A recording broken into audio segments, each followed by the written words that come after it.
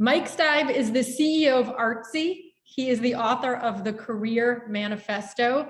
He is also, and probably most importantly, the husband of Second Shift's CFO, Kemp Steib. And I have been waiting a long time and excited to be able to ask you all of my probing questions, because you are such a unique individual in your love of efficiency, your specific type of productivity, and also just like your sense of humor. So thank you so much for giving me the opportunity and taking the time out of your very highly managed day to talk to the Second Shift. I'm happy to be here, Jenny. It is my absolute pleasure. You know, Kemp likes to sometimes show us your calendar, because I know that you guys share calendars, and she'll enjoy showing us the organization of your day and how it's so specifically time boxed and just like what it looks like, and it blows my mind. So again, I feel really honored that you're here with us. Your book, The Career Manifesto, talks a lot about finding the time to invest in your personal development and your career. A lot of the women that we work with are people who are looking to career transition, or they are looking to get back into the workplace. 85% of us have children at some phase in life or are taking care of parents. And it's a time of life where it's like just really busy. You talk a lot about finding unaccounted for time, reclaiming your time. How do you do that? What's your advice for people who just feel overwhelmed? Well, Jenny, the first thing I would note is a family calendar is supposed to be a private thing. So hearing that you've seen it is really going to generate some conversations at home. She's showing you off. I just want you to know that. She's so proud of you. I'm kidding, and I appreciate it. So she loves you so much, and it's just so like amazing to see how the pride that fills Kemp all the time about look at my ridiculous husband. He's scheduled brushing his teeth. So exactly. Here's the drill in my perspective is sort of productivity just for the sake of productivity is not all that great, right? Like you could listen to Anna Karenina on an audiobook at 3x speed, but what's the sense in that? There are things that you do in life to enjoy and to revel in, and there are experiences in life that nourish you, and it's important to like create space in your life to have those and to enjoy them, right? Like you could send many more emails while you're with your kids, but it's like, is that really the best time to send many more emails? So that's the first thing I would note, is just that, you know, there's no prize for you don't go to heaven for being productive. There's no prize. The prize though is when you step back and think about what the things are in your life that either bring you joy or have the kind of impact or creativity that is important to you. When you think about the kinds of days or the weeks or months where you're like, that was a good day or week or month, the things that happened, you can be proactive in causing them to happen. So an example you referenced, I wrote a book a long time ago. I wrote that book when I was running a public company and we had 2 little kids, and it was just like, there wasn't really any time, but it's not true that there wasn't any time. I wrote a page of a book and I timed myself, and it turned out that it took an hour to like write it and edit it. So really, if you want to like write a decent draft of a book, you need about 300 hours. And if you need 300 hours, that's 3 hours once a week for 2 years. You get to take 4 weeks off. And I found that 3 hours on Sunday mornings, and everybody in the family was super supportive of it. Like daddy disappeared to the attic and I wrote for 3 hours. And then over, the course of 2 years, the final manuscript was a byproduct of having set aside that time. And I did it that way because if instead you're sort of like, life is crazy. I mean, life is not going to be much more hectic and busy and crazy than when you're running a business and you and your spouse are raising the kids and just like everything's going on. But the truth is, like, there's no moment that then comes, you're like, like now everything's super calm and relaxed. And now I can go achieve all those things that were on my list.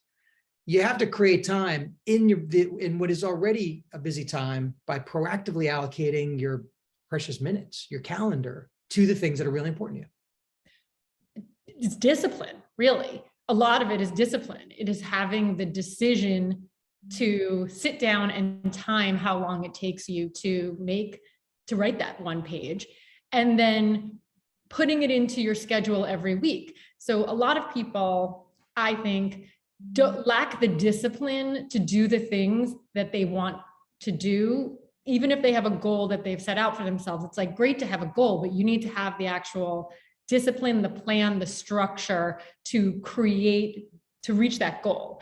And it could be anything. It could be like eating healthy. It could be working out. And especially, I think, busy working women often put themselves at the bottom of the list of all of the things that they have to do.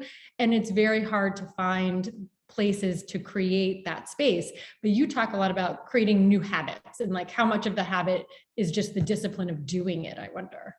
How do you find that in your own life and schedule? I think I don't know, maybe some people have it, but there's this concept of willpower, right? That there are just some people like, I don't have it. I don't have the willpower. If you tell me I'm going to work out 3 days a week, like every morning I wake up, today's not going to be the day. And if you tell me like, have the willpower to eat healthy, and then you create a situation where like the French fries, it's like, yes or no, I'm going to eat the French fries. So I find that I'm only able to sort of successfully, execute the life plan that I want to have if I set up the right behaviors ahead of time. So, what I found is like, let's take exercise is probably a good example, right? It's like, it's the one everyone feels so bad about. It's everyone's New Year's resolution, I'm going to exercise. And I kept like not doing it. And so finally I was like, all right, like when you want to like, if you want to create a good habit, you have to like remove friction, right? This is what every tech company has figured out, is how to get you to use their product more or click by removing all the friction. So I'm like, what is the friction around working out? Well, it's like you wake up and then you can choose to snooze or not. And then if you choose not to snooze, you got to get up, you got to get dressed, you got to do the whole thing. And you're just like, ugh. So instead, I don't do this anymore, but to get a jump start, I would get dressed for the gym at night. And I would put my sneakers by the door, a toothbrush by the door, and I would take my phone, which was my alarm clock, and I put it in the sneaker. So then the alarm goes off. Now you have to get out of bed. You have no choice. Like, get up, I go to the door. Now I get to the door, I'm literally standing there, dressed for the gym, holding the phone and the sneakers. Like, it's all there. It would take some willpower to get back in bed at that point, rather than keep going onto the thing. And when you remove friction like that from something that you want to do more of, for me, like I had always wanted to try writing. Removing the friction was, there's this block of time that's committed to it every day every week for the next 2 years. Suddenly, it's kind of hard not to do the habit that you wanted to set up. And once it becomes a habit, by the way, like it is easier to exercise 7 days a week than 4. People don't realize that, because if you exercise, it's like taking a shower. It's just something that becomes part of your day. It's fixed. You never have to muscle up to brush your teeth. You've been doing it every day, 2 or 3 times a day for like 40 years. So if you can create a habit like that, then you stop having to think about it. It just happens. Have you always been like this? Like, I've known you for a very long time. Have you always known like that you had a life plan? Like, were you a little kid who set these kinds of routines and put your phone in your socks? No, I don't think so. Like that kind of person, like, have you always been this person?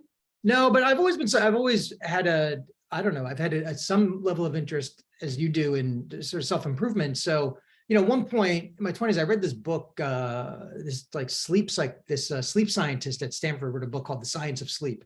And I got to the end of it, I was like, oh my God, like I haven't been sleeping enough. I haven't been doing it right. I learned the benefit of better sleep. And then I incorporated that as a habit. And then I read a bunch of the behavioral psychology stuff, like Daniel Kahneman and Roy Baumeister and Paul Duhigg and some of these other guys, who all basically just say the same thing. There's no such thing as willpower. There's only good habits. Try to set up good habits. And so each time you consume some of this external wisdom, it helps you to structure your day a little better, or think a little bit differently about your plan, or how you maximize your energy. And so I don't know, I've been fortunate. I've sort of bumped into some of the right books and some of the right authors and thought leaders who help you set up help you think differently about how to set up your life.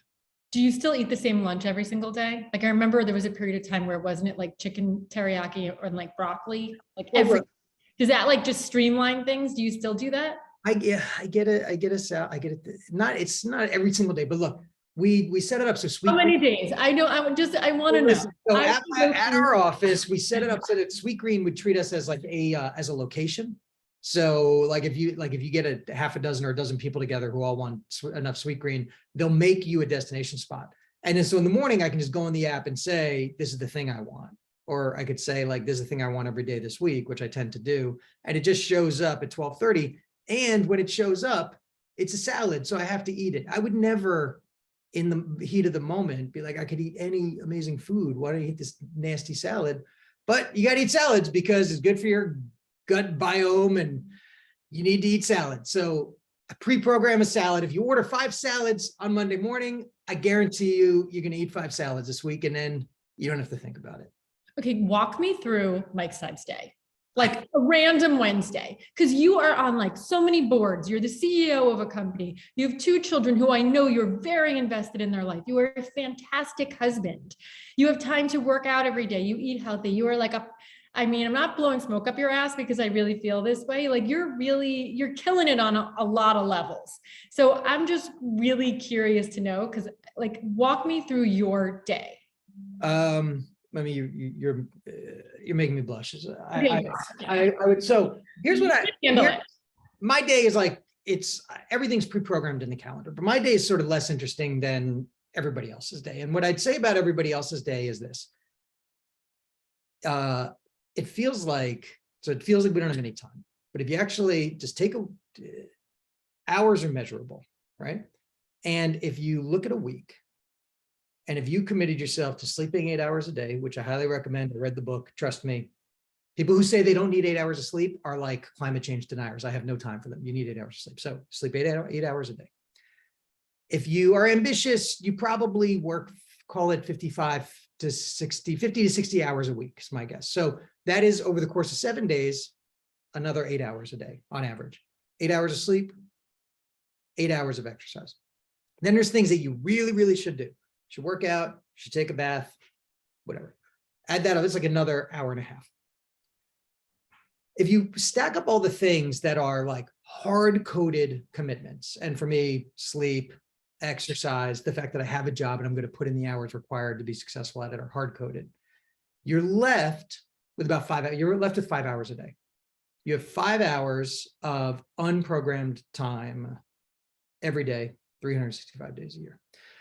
And, you know, there's that concept that like in 10,000 hours, you can become an expert at anything. So literally, like, if that shit's not true, because it's Malcolm Gladwell and he's a complete hack, but that's a different podcast. Pretend it were true. We both know if we did something for 10,000 hours, we'd be pretty good at it. Yeah. And if you were like, I wish I could be a concert pianist, I can't, because who has the time? I have a full-time job. You have 5 hours a day. And when I ever tell this to people, they're like, you might have 5 hours a day, pal. I don't have 5 hours a day.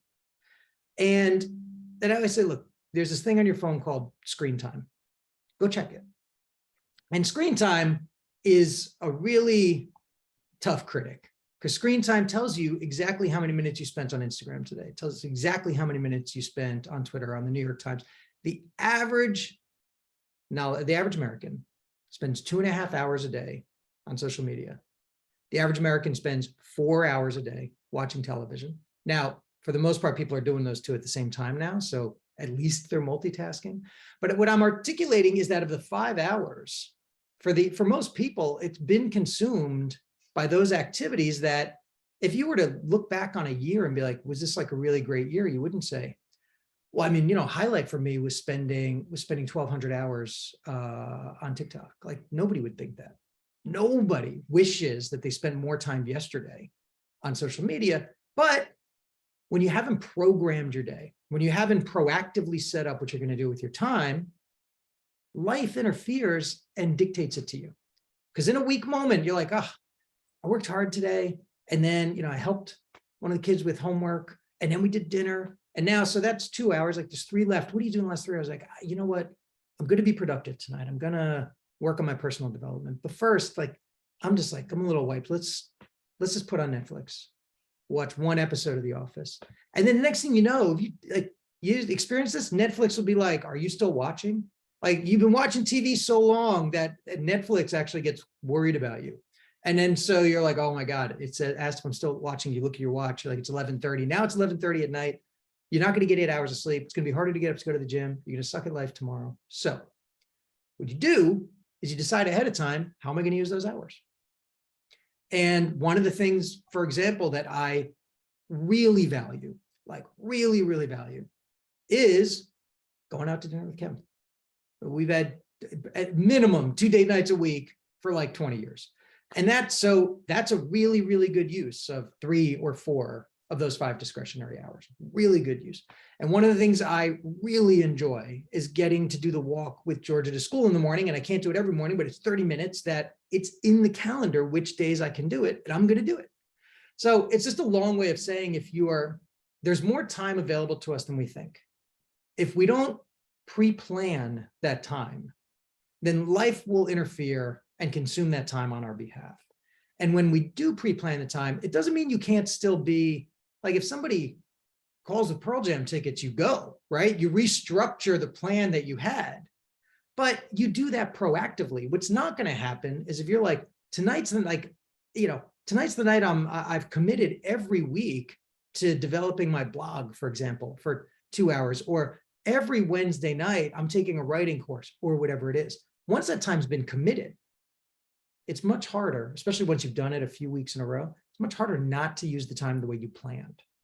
I totally agree. I think that like time is kind of expansive in that way. Once you've decided that it's there and it's in your life, it like opens up more time for more things. You just become it. The more free time you have, the less it feels like you've actually had free time. And the opposite happens too. Like, people who are not busy, the littlest thing somehow, they're like, it occupies, like it'll expands to fit. Like, you'll try to make plans with a friend who's not busy, and they're like, oh, I can't do it then. I have a dentist appointment. I'm like, what? I have a like standing quarterly dentist appointment I haven't been to in 2 years. You just schedule it and then you don't go. That's not being talking about. Like, so, when you're really busy and you're jamming, like something that would have taken you so much time, you get in, science has actually proven this, you get in a state of flow.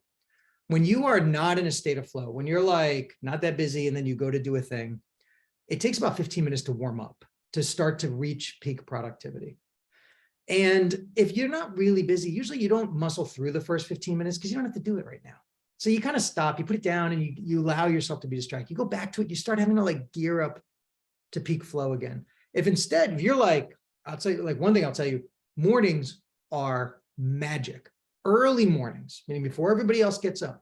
If you are a parent, the evenings are not yours, right? The kids occupy a lot of your evening. If you're a knowledge worker, the work that gets assigned all day spills into your evening all the time. You're a social animal, people call off plans all the time. The nights are like full of danger to your productivity. The night is dark and full of something, but 5 a.m., nobody bothers you at 5 a.m. and there's nothing good on TV. And like, if you have a drinking problem, you don't want to drink at 5 a.m. Like, just 5 a.m. is a time that can only be used for being productive, for doing the things that you commit to and set out to. And if people are like, I'm not a morning person, you know what? If you go to bed, if you go to sleep 5 a.m. minus 8 hours every day for 2 weeks, you're a morning person now. You get up at 5 a.m. Okay, let's switch gears. I want to learn more about your CEO style, because you in work also have a lot of sort of theories about email, about meetings, about calendar invites, about ways in which you can be more efficient, sort of like cutting out the fluff, cutting out all of the excess time that we use to, that just gets wasted at work. And so I'm wondering, what are some of the tips that you have for people who are managers and are managing or are running their own operation? And also, like, what's worked, and do you still do that in your personal life as well? Yeah, I guess the first thing is, work is often, there's often an assignment, right? I mean, for most of us, the day begins with something that, for one reason or another, it's been assigned to you.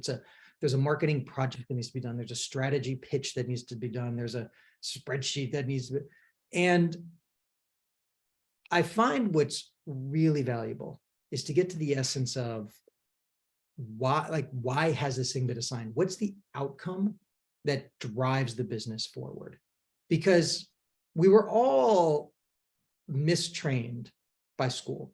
Because remember in school, when like an assignment, you were given an assignment and you had to show your work, and then you had to prove you didn't copy it. You got it from, you developed your own ideas, and you had to footnote it. And like, if the paper was like, they actually told you how long the paper needed to be.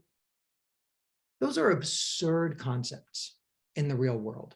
If you're given an assignment, the assignment is like, identify the size of this potential target market, and someone else has done that work already, copy it and say, this is the answer. Or this is a great example. I had this not that long ago at work. We were in a meeting and I said, hey, somebody said in passing, we should call this new product, we should call it da-da-da. I won't get into the details of it. It was a harmless, I thought, suggestion, not a bad, I thought it was a pretty good idea. But the team afterward, a bunch of folks on the team, sort of a couple rungs down, if you would, on the org chart, but like important leaders in my organization, like, that name's the wrong name. Like, it's the wrong name for all these reasons. It's actually going to confuse the user. And then they had a few meetings about it and strategized how to solve the fact that like this, that one of their colleagues had this wrong idea for the feature. And then they created a Notion board. You know what Notion is? It's like Google Docs, but you have to pay for it. It's so stupid, but it's just another thing. It's a place where you can go make pretty versions of a Google Doc. And it was a pretty version of a Google Doc with like the pros and the cons and different alternatives. And then they were like, can we come to this meeting and present this Notion board? And the team comes, and I was like, so you don't want to call it what I wanted to call it? And they're like, I'm like, why didn't you just like shoot me a text and say we're calling it something else? And I thought about, and so much time. It was early in my tenure. So, and there had been a culture in the organization of like good memos, like that a good memo was a signal of you having thought really hard about this. Get out of here. Like, we are busy. The essence of this problem was don't name it that, name it this. What is the fastest way to get from don't name it that, name it this? Call the guy with the bad idea, me, on the phone, a lost start. I will pick it up and say, we don't want to call it that. We want to call it this. And then don't send me a Notion board. I don't have 3 meetings. And if that doesn't solve it, then say, okay, look, I'm going to go make a Notion board and I'm going to have 3 meetings until I convince you. But the shortest path is to do the thing, not to make the deck, I can't remember the last time I made a PowerPoint. Just do the thing. And that saves you so much time. So much. Do you still think that meetings are adult detention? To quote you. Meetings are, if you run a good meeting, so a meeting that has been created for a reason, we have to solve this problem. The phone call didn't solve the problem. I need the best of everybody's ideas. We have to debate it and we have to land it. You carve out the right amount of time and you invite just the right people. You send an agenda in advance. If anything needs to be read, you send the pre-read in advance. You lay out how we're going to spend our time in this meeting and what conclusion we're going to get to, what the action item will be, and who will own it. When you hold a meeting like that, like magic happens. If you, instead of a meeting, if anybody ever says to you, oh, we should spend more time, it's been great catching up with you. We should have a weekly one-on-one. That person just stole 52 hours of your life every year. It better be the most valuable one-on-one you've ever had. Think about what you can do in 52 hours, up to and including taking a week off and like going to Bora Bora. You could do that, or instead you could have this one-on-one that just got put on your calendar with somebody. So it better be super valuable. I love that you have, because you've taught me this through Kemp. You don't know that you taught me this, that people often respond to emails to confirm things. Oh, like you get a calendar invite, or somebody like sends you a thing and then you're like, great, see you there. That one is like just a giant waste of time. And I love that you've identified that. Oh my God. Or like when somebody writes back to you, thank you. Just consider me permanently thanked. Like your silence is thanks enough. Because then you turn back to your inbox and you look, you're like, oh, 50 emails. Not the best email you can send is not sending the email. On average, for every 1 email you send, you get 2 back. On average. And then you do that thing. We all do that thing. You're like, oh, I'm so far behind. And stay up. Sunday, I'm just going to carve out 5 hours and like Sunday from 4 to 9. You're just like getting ahead of catching up on the last week, get ahead of the week. You send out 100 emails, pop it back up Monday morning, you have 200 emails because every one of those emails you sent off came back times 2. So what I was like, as soon as I get an email and I start to respond, I'm like, is there a really good reason to send this email? Is this going to create an action that I want to see? And if not, just like, and there's nobody in the world who's waiting to see if you respond to their email. They just were trying to clean up 100 emails in their inbox. They are not like, you see that one email and you think of it from your perspective, like, oh, I've received this email, I need to engage with it. They've moved on.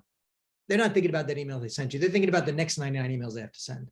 Give them the gift of no response. Do you meditate? No, it's stupid. Tell me more. You just sit there quietly, not doing shit. Okay. The science on meditation is really convincing until you realize that people who already have good mental health are more likely to carve out the time to meditate. It's all correlation, not causation. They take these big meta studies, how much time do people spend meditating, and then they have good life outcomes. People with good life outcomes are the kinds of people, nobody meditates who doesn't also eat right and exercise and do the other stuff. Now, I shouldn't say it's stupid. It's stupid for me. For others, if carving out time in your day that could be used for any of a million things, if using that time to sit there with your eyes closed, doing nothing, brings you joy or energy or productivity better than other stuff, it's your life. It's not a contest. Do it. Do that and really commit to it and enjoy it. But if you're doing it because, you know, you like read an article in Inc. magazine that you're supposed to meditate, it's bullshit. Highly successful people meditate. What's that? Yeah. You know, like highly successful people meditate and do this and you journal. You know what? Like a lot of successful gratitude people, journal, Mike. Oh, Tell me that. But Jenny, I'll tell you that, like, look, again, it's causation versus correlation. Like a lot of successful people go to Burning Man too. Burning Man is not making you successful. I'm not fucking going to Burning Man, excuse my language. But the gratitude thing is real. Like you've got really great, wonderful stuff going on in your life. And there's always some stuff that's not wonderful. You can pick which one to focus on. I wake up in the morning, first thing, I'm like, one thing, I think of one thing that I'm excited to wake up for. One thing I'm just happy that I have. You don't have to, again, you don't have to make a whole project of it. The shortest answer is doing the thing. The thing is to be grateful, not to create a pile of like little heart-shaped Post-it notes, each with a day of gratitude that you put into a gratitude jar. Like you don't have to do this stuff. You can just be grateful. I love that. What do you do to unwind? What's your zone out in those 5 hours that you have a day? Can you clarify the question? Where do you go? I mean, I know what your wife does. She listens to podcasts. And I also know that you listen to podcasts on 1.5, which I think is fascinating that you're efficient in your podcast listening. Don't you think podcasts are, now this is a very meta conversation. We're in a podcast right now. Yes, We're in a podcast talking about podcasts. They're not very dense. Right? They ones let it breathe. Like American. I enjoy an audiobook much more. Someone spent years of their life getting the content tight and right. You've got this random guy on here talking about meditating and you know, whether or not you need to plan your exercise. Like, I'm coming up with this on the fly. This could have been, I probably could have done a better job for you if I just wrote 4 paragraphs, edited it and sent it to you. So I'm an audiobook guy more than a podcast guy. But when I do read the podcast, I jack up the speed. And then if you get to something that's really interesting, I'll bring it back down. I love that about that. Those are like the great Mike Steib idiosyncrasies that I just like I'm sorry sometimes. But what do you do to like just chill out? If your brain needs to turn off, what do you do? Fun exercising is really regenerative. And I think it was the Buddha or Confucius who said the best meditation is sleep.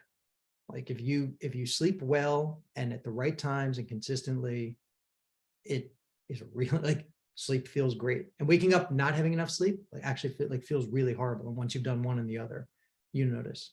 And I get tons of energy and joy and endorphins from time with Kemp and time with the kids. And that I never feel like I'm I'm not haunted by the things I'm not doing when I'm with them, because being with them is the thing that I want to do. That is the thing. I So love that so much. all that That stuff is a gives great me answer. happiness.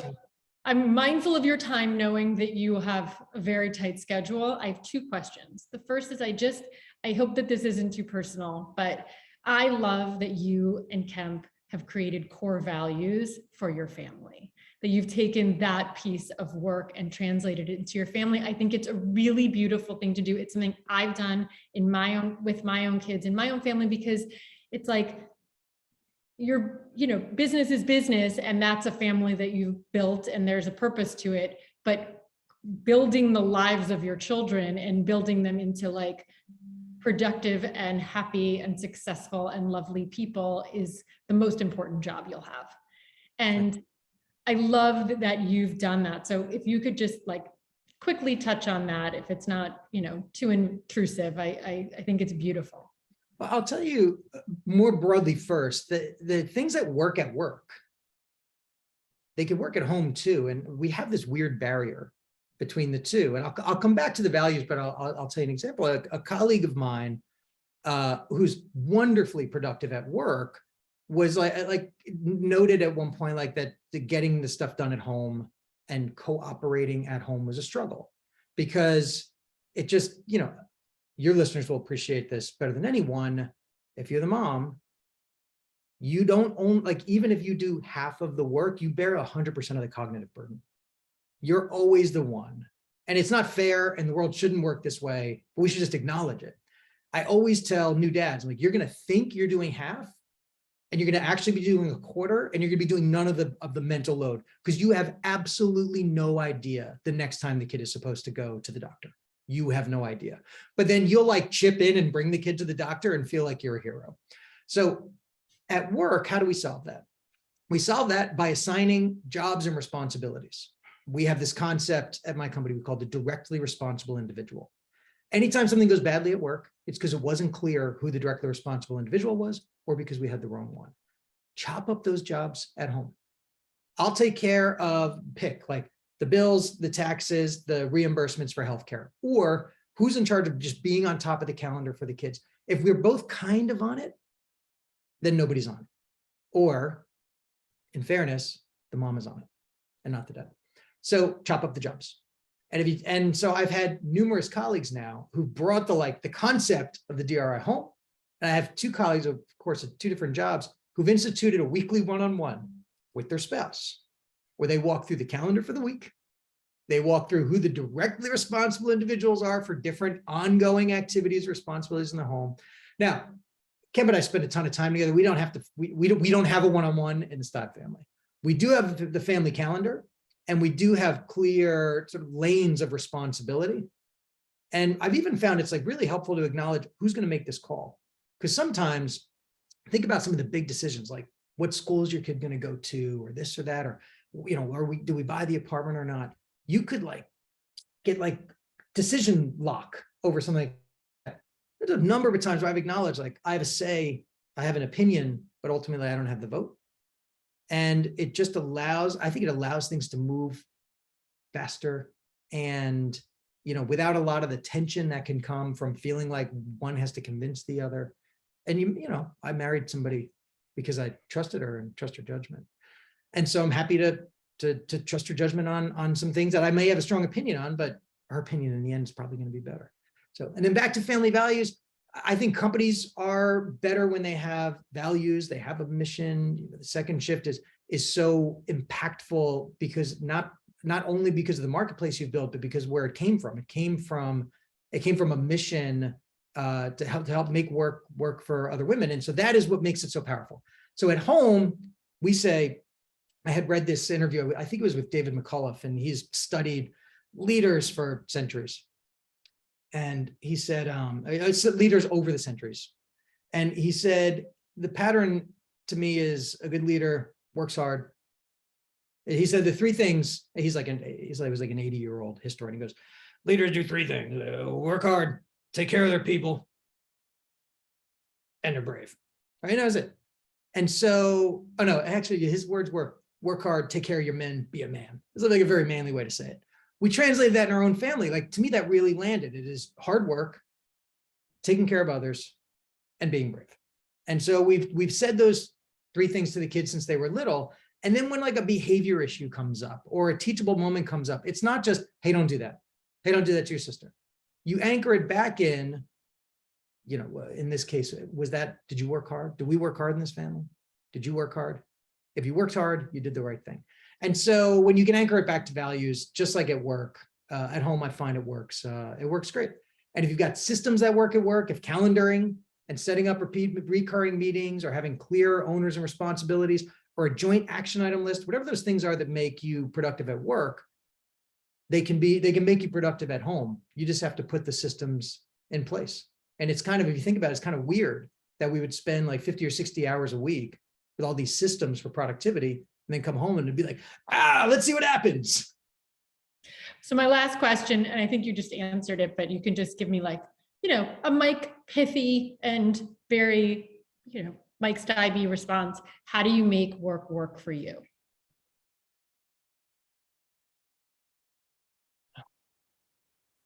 I'm going to decline your invitation to be pithy.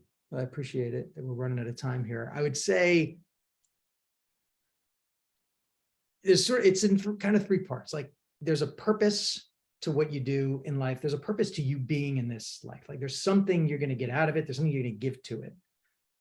There's lining up all your activities, your systems, whatever it is, in the direction of achieving that purpose. And then there are the actions that you take to achieve it. And if it's to be a great mom, what is the definition of that? If it's to be a great dad, what is the definition of that? What kinds of things and activities are gonna be the ones that help you to be the best mom or dad? And then what are the actions that you're gonna layer into your calendar, your to-do list, et cetera, where you achieve it? So for me, like, if work's just about showing up and doing assignments and getting a paycheck, it lacks that purpose and that direction. It's just a list of actions. When you're just banging through a list of actions, they're not always going to be the right ones. They're not always going to get you the outcome that you want. If instead you can always bring it back to, you know, what's my personal, or what's this family, or what's this team's mission and set of values? What's our plan to get there? It may be a month long, a year long, a multi-year plan. And then what are all the actions that are going to add up to that? I love it. That's how I make work work. Thank you, Mike, for making this work for us today. It's my pleasure. I love you and I love the shift. And it's so nice that you do this for your audience. And I would say, if anybody sort of watches this or listens, sort of needs advice or anything, I'm easy to find online. Just slide into the DMs and I can always help. Don't email him. He doesn't like email. We've learned. I'm not giving out. Don't email him. You can hit me up on LinkedIn or Twitter or something. Take care, Mike. All right, Jenny. Bye.